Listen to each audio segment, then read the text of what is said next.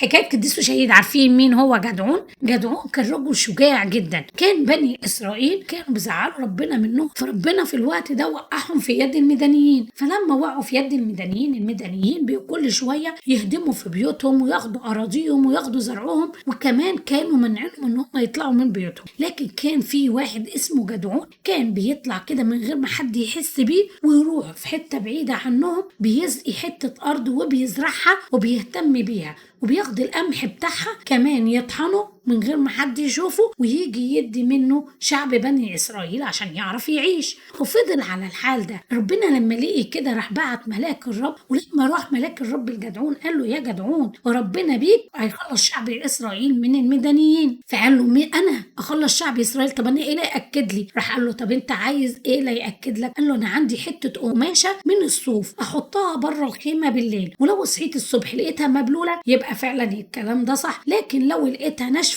يبقى خلاص. راح قال له: طب ماشي. راح نام وصحي الصبح طلع بره الخيمة لقي قطعة القماشة مبلولة جدا، خدها وعصرها مليت له جردل. جه في نفس اليوم قال له: أنا إيه لا يأكد لي؟ أنا عايز بالليل النهارده أحطها بره الخيمة الأرض كلها مبلولة وهي اللي ناشفة، يبقى الكلام ده صح إنه ربنا هيقف معايا. قال له: طيب ماشي. راح برضه الأرض كلها بقت مبلولة والقطعة بقت ناشفة، فيعني خلاص المفروض كده يكون آمن وأكد يعني، بس برضه في عنده شك شوية. فربنا سمعه صوت ناس بيتكلموا عن إنه في إن المدنيين واحد حلم منهم حلم إني شاف رغيف عيش نازل من السماء وقع على خيمة شعب المدنيين، هدم الخيم كلها بتاعته. فطبعا هو عارف في الوقت ده اللي نازل من السماء ده خلاص كده اتأكد إن هو كده ربنا هيكون معاه. راح جمع 32,000 راجل وقال لهم: هنروح الحرب. راح ربنا قال: لا، ده 32 العدد هيبقى كتير، أنا أقول لجدعون اللي عايز يمشي يمشي واللي عايز يطلع معاك الحرب براحته. راح قال ربنا لجدعون، راح جدعون قال لهم: ايه اللي عايز يرجع فيكم مفيش مشكله. راحوا رجعوا 22,000 وفضلوا 10,000. ربنا حس برضو انه العدد كتير،